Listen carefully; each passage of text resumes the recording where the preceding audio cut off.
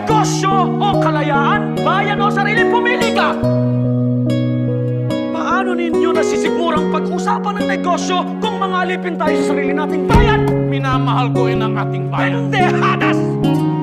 Ang hapon po sa lahat. Mr. Chair, allow me to start by saying that fraud is not new to Philhealth. Mabuti pa nga yung pandemic, every 100 years bumabalik sa mundo.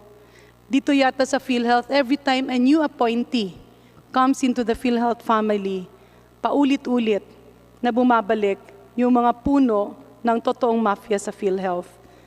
Hindi lang po doctorate, hindi lang po nagdo-doktor, kundi naging doctorate na po yung expertise ng fraud sa loob ng institusyon na ito, na ikinalulungkot ko dahil marami po dyan ang mga naging kasama at naging katrabaho ko. Mr. Chairman, way back 2001, that was actually the peak where fraud in Philhealth was really discovered. This was mainly due to cataract. And if may we request General Morales and the other Philhealth officials, because nung pumutok po ang cataract fraud na ito, nagkaroon, kinumission ng Department of Health, yung isang grupo, to come up with a report. That report was called the Seacrest Report. Doon po naka-entail, in detail, how fraud was being committed and where the collusion was actually happening. Unfortunately, instead of this report being used to instigate and to instill reforms, this report became a Bible where others started copying how fraud via cataract operations can be committed. I joined Congress in 2004 at nung pumasok na ako sa Kongreso, yung laban ng paglilinis ng Philhealth ay dinala ko sa Kongreso. Fortunately, sometime in the early part of my first term in office, then our former President, Gloria Macapagal-Arroyo, asked me a few important questions and gave the directive for Congress to continue the investigation. Because of this, Secretary Duque, who was then a president of Philhealth, allowed us to instill reforms related to cataract fraud. Nawala, subalit bumalik, nawawala ulit, bumabalik. That's why, Mr. Chair, I do hope that at this time, permanent reforms will really be installed because it's useless to be investigating. Ilang investigasyon na po ang dinaanan ng Philhealth pero walang nangyayari dahil bawat panahon na merong bagong ina-appoint, they have mastered the art of fraud. Hindi po totoo na case rates lamang ang problema. Case rates actually simplified the fraud. But prior to case rates, kaliwat kanan na po ang fraud na nangyayari. Unang-una po, sa listahan ng mga miyembro. Pangalawa po, sa mga remittances ng Philhealth Premium. Baka po pwede nating balikan kung ano ang mga nangyari nung panahon na yun. Dahil kung tinitingnan po, just for disclosure, Mr. Chair, I became the chairman of the Philhealth Board I think in 2015, up to the early part of 2016. Allow me, I'm not sure, but I think that was like 1 year and 4 months. At nung una nga pong pumasok sa Philhealth, ang una po naming tinutukan ay baguhin ang case rates. A joint committee was organized because there were seemingly a lot of duplications between Philhealth coverage and the free medicines being distributed by DOH. At ito po ang mga tinanggal. Example, magkakaroon po yung Philhealth ng coverage na pamimigay sa ating mga rural health centers. These are packages, but the medicines actually covered are the same medicines that are already distributed by DOH for free. So to avoid duplication and to align the actual case rates, nagkaroon po ng reduction. I believe dialysis was one of those. Pneumonia case rates were also changed dahil nung panahon nga dati, na dokumento po yung track ng mga tao na hinahakot. And the problem with this, Mr. Chair, yung mga miyembro ng Philhealth tila na abuso. The reason why I am repeating this again, because we have been trying so hard to convey this to the leadership of Philhealth. Unfortunately, every time the leadership changes, many people are made to believe that fraud does not exist. Kaya kung sa pandemya, kailangan nating tanggapin na totoo ang COVID, and we have to coexist in order to solve the problem of this pandemic, sa Philhealth naman, kailangan po nating tanggapin that fraud is happening and that there is a syndicate inside, because if the leadership of Philhealth will not recognize the existence of such syndicate, it will be very difficult to find solutions. So, Mr. Chair, allow me to request Philhealth to submit before this August body all the memos issued by whoever assumed as chairman of the board and as president of Philhealth, dahil merong pong mga memo doon na yung mga reforms that were initiated were all overturned. Second, Mr. Chair, sinabi ko po kanina saan po nanggagaling yung fraud. Una, listahan ng mga members. Pangalawa, yung pagpasok po ng pera, yung remittance. Ikatatlo po, yung mga collection, yung mga pagbabayad. If Mr. Chair, may I inquire from General Morales as to the legal basis? I know that he is not directly involved in this, but he can be an instrument in cleansing this institution, which is very vital in terms of public health, because 60 to 70% of our out-of-pocket expenditure is from our own pockets. That remaining 40 to 30%, malaki po ang bagay dyan ng Philhealth. So may we ask General Morales what the legal basis of the IRM is? General Morales recognized.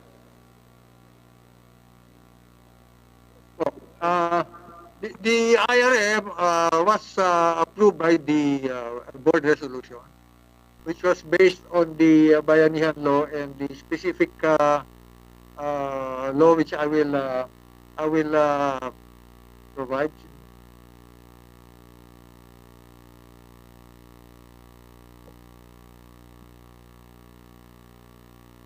Are you done, General Morales?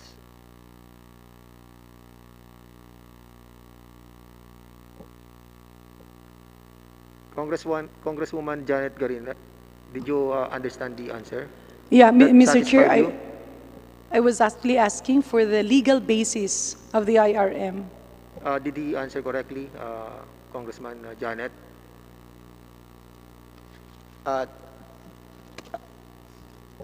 Were you satisfied with the answer of General Morales? I believe he mentioned that he's going to show the basis. Okay, Yeah, that's- General Morales, again, you are recognized.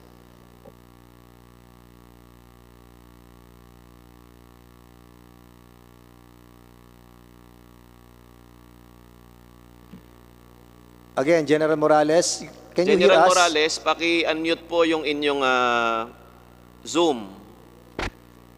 Okay. Paki-unmute po yung inyong Can you hear me? boses. Yeah. Yes, ma'am, Congressman Garin, the legal basis of the interim reimbursement mechanism. Excuse me, General Morales, excuse me po. Health Insurance Act, as amended by the Public Act 10/6. General Morales, excuse me po. To supervise the provision of health benefits and to set standards, rules, and regulations necessary to ensure quality of care, appropriate utilization of series, fund viability, member satisfaction, and overall accomplishment of program objectives. Section 16 of Republic Act 7875, as amended, also says to formulate and implement guidelines on contributions and benefits, healthcare provider arrangement, payment methods, and then Section 16D also goes on to say to negotiate and enter into contracts with healthcare institutions, professionals, regarding payment mechanisms, design and implementation of administrative and operating systems and procedures, financing and delivery of services. So, Republic Act 7875 po ang basis nito. And also Republic Act 929 series of 2020 declaring a state of calamity throughout the Philippines, imposed and unimposed enhanced community quarantine, and also the Bayanihan to Heal as One Act po. So yun po ang legal basis for the interim reimbursement. Congressman Janette Garin, bago nyo po ipagpatuloy ang inyong pagtatanong kay General Morales, ay ipapaalala lang po ng committee ito na sana po always address the chair. Huwag nyo po i-address na direkta yung inyong kinakausap, General Morales, sapagat iniiwasan lang po natin na kayo'y magkasalpukan, lalong-lalo na kung magkakaroon ng mainit na talakayan ngayong araw na ito. At under the leadership po ng ating committee chairman, inaasahan po natin na sana po maging malinaw po ang inyong pagsagot sa mga katanungan. At muli, ipapaulit po natin yung tanong ni Congresswoman Janette Garin dahil tinatanong ko po siya kung yung kanyang tanong ay eksakto mong nasagot at mukhang sabi niya ay hindi daw. Congressman Garin. Maraming salamat po, Mr. Chair. Yung tanong ko po kay General Morales kanina, ano po ba yung ating legal na basihan nung pong nag-cash advance tayo ng bilyon-bilyon na pera ng Philhealth papunta nga sa mga healthcare institutions?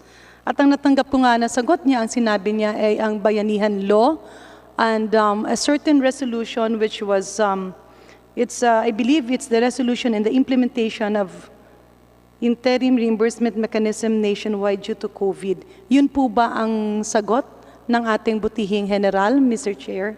Just to align, kasi hindi ko siya kanina masyadong marinig. General Morales, pwede po bang, para po mas mapaliwanag nyo sa amin na maayos, pwede po bang pakitanggal muna sandali yung inyong face mask para po mas marinig po namin kayo?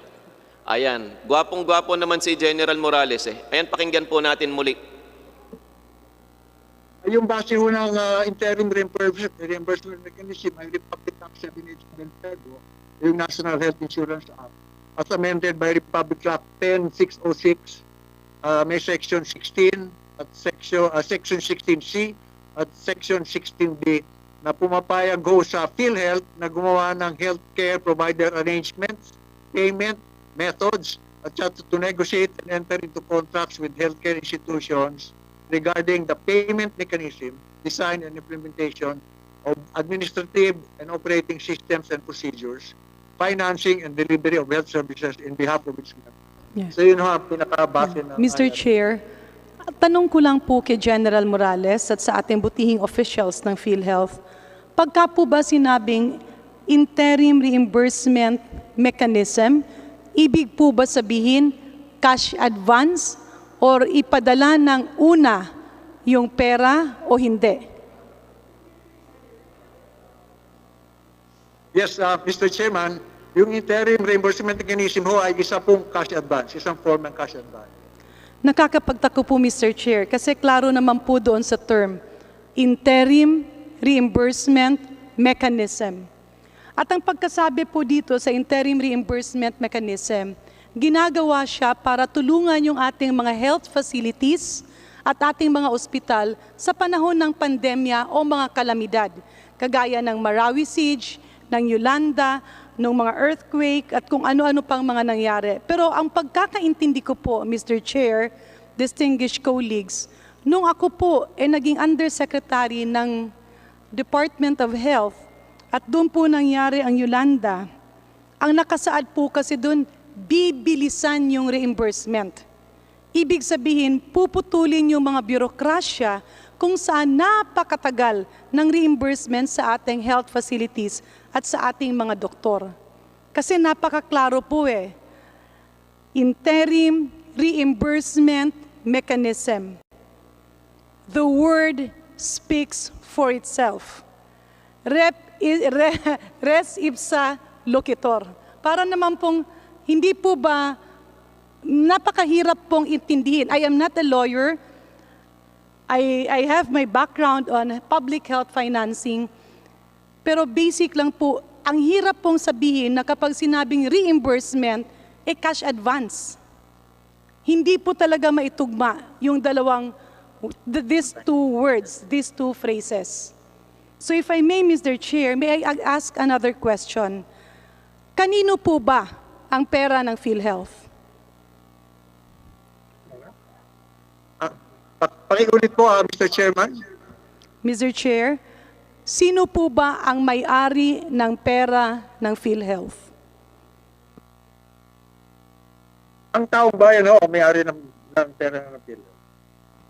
Apologies, Mr. Chair, hindi ko masyadong narinig. Ano nga po yun? Sino yung may-ari ng... Congresswoman Garin, Mr. Chair, Honorable ang Labrador. narinig ko po sa sinabi ng PhilHealth ay taong bayan daw po ang may-ari ng pera ng PhilHealth. General Morales, yes, please. Opo, Mr. Chairman, ang sinabi ko po, ang nagme-may-ari ho ng pera ng PhilHealth ay ang taong bayan po. Mawalang galang na po, Mr. Chair, distinguished colleagues. Dito po siguro nagsisimula ang lahat ng problema. Kung hindi po natin naiintindihan ang talagang nagmamay-ari ng pera ng PhilHealth. Hindi po siya pag-aari ng taong bayan, pag-aari po siya ng mga miyembro ng PhilHealth. Being a public health insurance, that's why its function as an insurance, lahat po ng insurance, nagbibigay ng premium yung mga miyembro. Kapag ikaw ay mga ilangan, yung insurance institusyon na yaan ang magbabayad ng iyong pangangailangan. And this is actually one of the biggest reasons of fraud. Marami po kasi ang umaabuso sa pondo ng PhilHealth sa pag-aakala nila na ito ang ninanakawan nila gobyerno lamang. While government subsidizes the premium of the indigents, when the government pays PhilHealth, that money becomes a money of all the members and the dependents of the Philippine Health Insurance. Thanks for watching. Don't forget to subscribe and hit the notification bell.